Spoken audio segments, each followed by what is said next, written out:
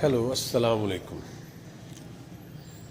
City housing society Jhelum जिस तरह लोगों के साथ फ्रॉड कर रही है, आज की वीडियो में मैं सारा डिस्कस करूंगा और मुतासरीन किस तरह दाद रसी हासिल कर सकते हैं और कौन से मामलात अदालतों में पेंडिंग हैं, कौन से फ्रॉड उनके सबके सामने आ चुके हैं।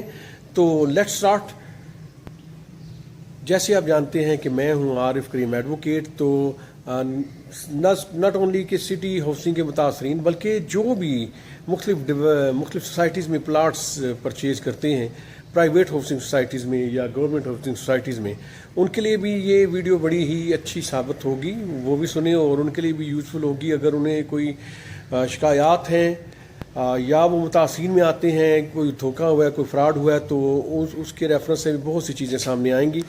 तो मेरा नाम आरिफ करीम एडवोकेट है। तो अगर आप समझें कि आपको और भी वीडियोस इसी मौजू पे मिलती रहें तो इसे मेरे चैनल को सब्सक्राइब भी कर दीजिए और बेल आइकन भी प्रेस कर दीजिए, सो दैट कि आपके पास वो सारी वीडियोस जो कि इस टॉपिक पे होंगी, सिटी हाउसिंग जो फ्रॉड कर रही है इस वाले से होंगी, वो आपके पास पहुंच जाएंगी और आपकी इंशाल्लाह दाद रसी भी होगी। तो चलें स्टार्ट करते हैं। अभी रिसेंटली मैंने एक इंटरव्यू रिकॉर्ड करवाया था, तो उसमें भी बहुत सी चीज़ें बड़े अच्छे तरीके से डिस्कस हुई हैं। वो इसके साथ टैग होगा, वो सुनिए।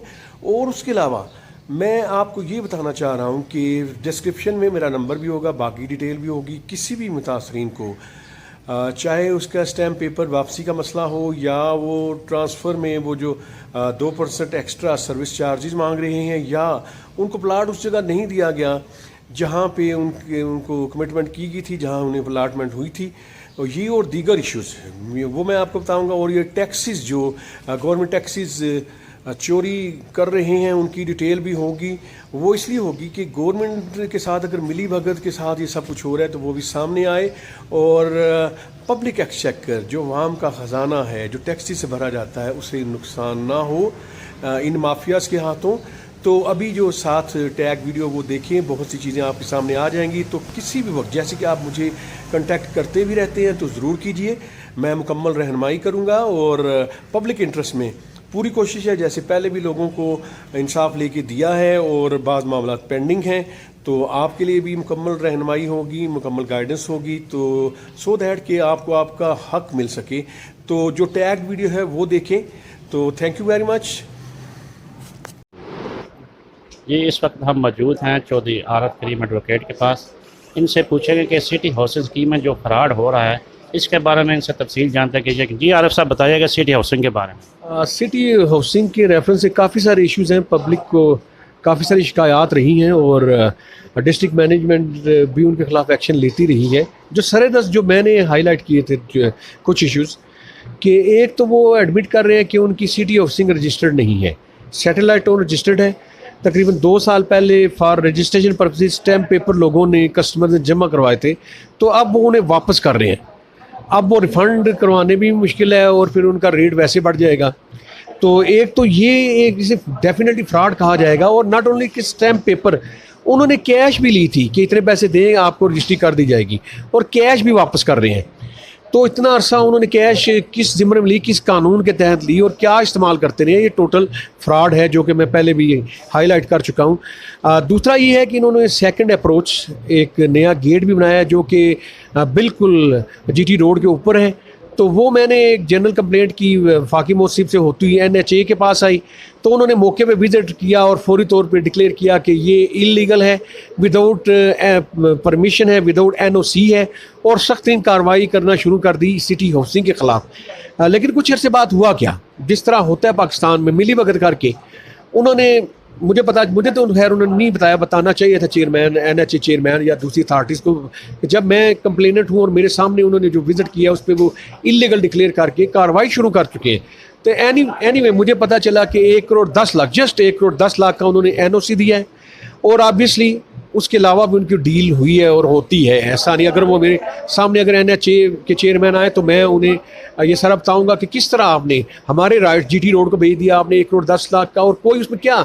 अच्छा, फिर मैं कोर्ट में आ गया क्योंकि मैं पब्लिक इंटरेस्ट के लिए कर रहा था सारा कुछ। तो कोर्ट में भी इन्होंने 2 जो इनके NOC थे, पहले गेट का और दूसरे गेट का, पेश नहीं किया, सो दैट के कंपैरिजन हो सके कि पहले गेट के लिए क्या क्राइटेरिया था NHA का, और दूसरे गेट के लिए क्या था वो पेश नहीं किए हुए, क्योंकि सामने नज़र आ रहा है इन्होंने जीटी रोड के ऊपर दूसरा गेट तामीर किया। और यही नहीं कि उन्होंने उसके ऊपर तामीर किया है, एक तो वैसे जो कोई प्राइवेट पार्टी होती है NHA की जगह के अलावा उसे खुद जगह छोड़नी होती है। 240 फुट तो आम है अगर किसी ने मकान बनाना हो, तो सोसाइटी के लिए और चीज़ें भी पेश नज़र रखी जाती हैं कि क्या उसे कमर्शियल पर्पज़ के लिए दूसरे गेट की इजाज़त दी जाए या ना दी जाए, ये भी बड़ा इंपॉर्टेंट है। और फिर वो कितने 100 फुट पीछे होगा, तो ये सारी चीज़ें कोई नहीं उन्होंने देखी, उन्होंने तो बस पैसे लिए और दे दिया। तो मेरा केस पेंडिंग है कोर्ट में, तो उसमें जो कार्रवाई चल रही है उसमें भी ये तामील से बचते रहे, नोटिस को डिनाई करते रहे, तो कंटेम्प्ट ऑफ कोर्ट भी मेजर आमर एक्सेट्रा के ख़िलाफ़ आ रही है, तो आना पड़ेगा। 6 माह सज़ा है, तो ये इन्हें नसीहत होगी कि पब्लिक राइट्स के लिए इस तरह बंद नहीं बांधे जा सकते। तो बाकी और भी कितनी ही कंप्लेंट्स हैं, मुझे लोग मुख्तलिफ फ़ोन करते रहते हैं, तो वेल एंड गुड, तो इंशाल्लाह सारी कार्रवाई जारी रहेगी इनके खिलाफ कानून के मुताबिक। अच्छा आरिफ साहब, ये जो एफल टावर के नाम पर उन्होंने फ्रॉड किया है, तकरीबन 2.5 साल हो चुके हैं। उन्होंने कहा था कि 6 माह बाद हम आप लोगों को प्लाट देंगे, लेकिन शहरी जो हैं वो ज़लीलो ख्वार हैं। इसके बारे में क्या कहेंगे, ये जो फ्रॉड इन्होंने किया है इसके बारे में आप क्या कहेंगे? एफल टावर का जो सुनने में आ रहा है, क्योंकि ऐसा क्योंकि 2 जो पहले मैंने केस बयान किया वो तो मैं खुद कर रहा हूँ ना।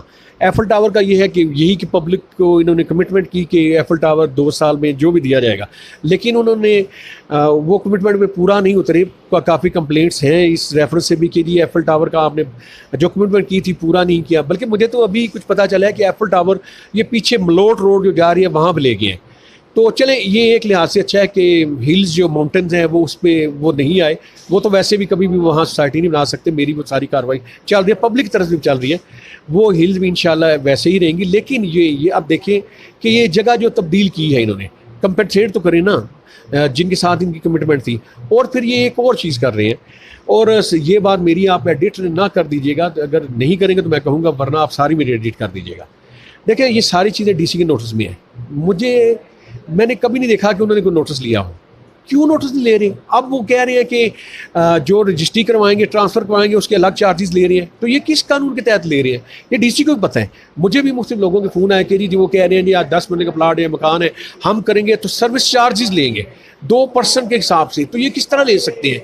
तो ये मैंने ये इसलिए की कि DC के नोटिस में है सारी चीज़ें, उनका नोटिस ना लेना मेरे लिए बड़ी हैरत की बात है। जो मैं तो कानूनी कार्रवाई कर रहा हूँ, और ऑब्वियसली जो अथॉरिटीज़ हैं जो कंसर्न, तो जैसी ये कार्रवाई आगे चलती जाएगी उनको भी जवाबदेह होना पड़ेगा। अगर अभी नहीं तो कभी ना कभी तो होना पड़ेगा। जैसा कि आरिफ करीम साहब ने कहा है कि सिटी हाउसिंग में कई फ्रॉड चल रहे हैं, और डिप्टी कमिश्नर राव परवेज़ अख्तर को भी इस चीज़ का इल्म है। हमें नहीं समझ आ रही कि डिप्टी कमिश्नर इसका एक्शन क्यों नहीं लेते, और वो क्यों शहरियों को ज़लीलो ख्वार करवा रहे हैं। हमारा यही मुतालबा है कि डिप्टी कमिश्नर राव परवेज़ अख्तर जो है वो सिटी हाउसिंग के बारे में जो पूरी मालूमात लें, और उनसे जो ये फ्रॉड एफल टावर के नाम पे किया गया है, दिखाई की और जगह गई है और इफ्तिताह कहीं और हो गया है, तो इसका नोटिस लेने का मुतालबा किया है। नईम भट्टी, आप न्यूज़, जहला। हेलो, अस्सलाम वालेकुम। सिटी हाउसिंग सोसाइटी जेलम जिस तरह लोगों के साथ फ्रॉड कर रही है, आज की वीडियो में मैं सारा डिस्कस करूंगा, और मुतासरीन किस तरह दाद रसी हासिल कर सकते हैं, और कौन से मामलात अदालतों में पेंडिंग हैं, कौन से फ्रॉड उनके सबके सामने आ चुके हैं। तो लेट्स स्टार्ट।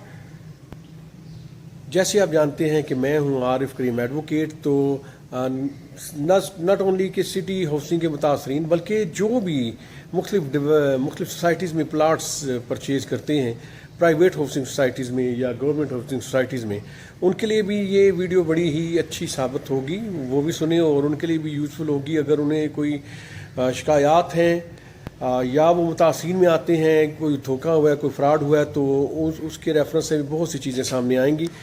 तो मेरा नाम आरिफ करीम एडवोकेट है। तो अगर आप समझें कि आपको और भी वीडियोस इसी मौजू पे मिलती रहें, तो इसे मेरे चैनल को सब्सक्राइब भी कर दीजिए और बेल आइकन भी प्रेस कर दीजिए, सो दैट कि आपके पास वो सारी वीडियोस जो कि इस टॉपिक पे होंगी, सिटी हाउसिंग जो फ्रॉड कर रही है इस वाले से होंगी, वो आपके पास पहुंच जाएंगी और आपकी इंशाल्लाह दाद रसी भी होगी।